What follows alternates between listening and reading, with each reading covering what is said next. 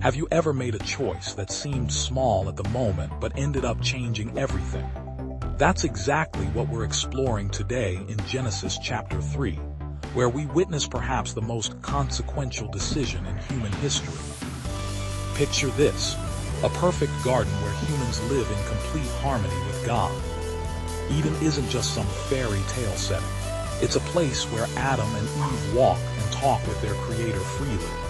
But everything's about to change when a crafty serpent enters the scene. This serpent isn't just any garden creature. He's described as the most cunning of all animals, and he starts by asking Eve a seemingly innocent question about God's instructions. Did God really say you can't eat from any tree in the garden?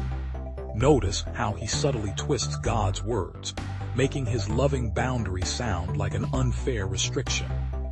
Eve clarifies that they can eat from any tree except one, the tree of knowledge of good and evil.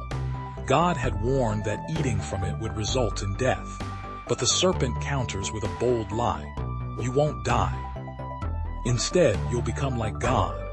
This promise of secret knowledge and power proves irresistible. The fruit suddenly appears more appealing than ever. Eve sees it's beautiful, looks delicious, and offers the alluring prospect of wisdom. She takes a bite and shares it with Adam, who joins her without hesitation.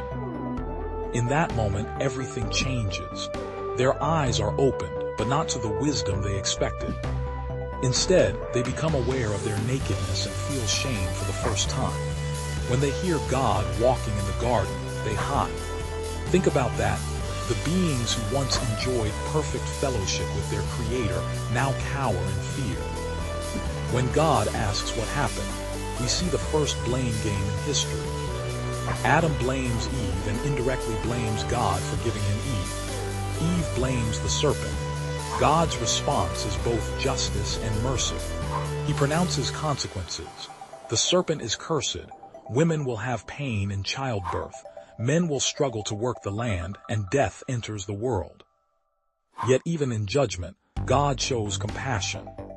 He makes clothes for Adam and Eve, and hints at future redemption through the promise that one of Eve's descendants will crush the serpent's head. This story isn't just ancient history. It mirrors our daily struggles with temptation, truth, and trust.